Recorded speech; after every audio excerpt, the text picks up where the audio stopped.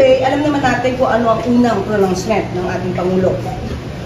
Sa una, of course, hanggat wala pa yung mga impeachment complaints, hanggat maaari ay huwag na sanang matuloy.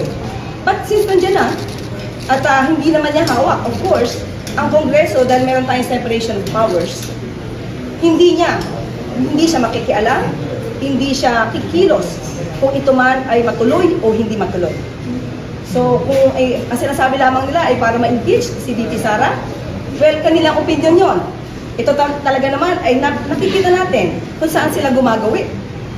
At ito ay sa lahat ng kanilang mga rallies, makikita natin ang paninira nila sa pamahalaan at sa Pangulo.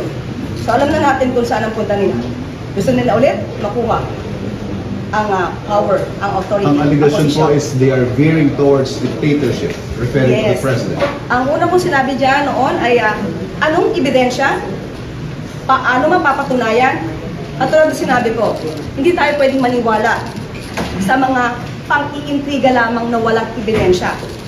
At ito naman, siguro naman ay natatandaan ninyo, nung panahon ni dating Pangulong Duterte, inamin niya, fiscal pa lang siya, expert na siya sa pag-intriga at pagplanta ng ebidensya.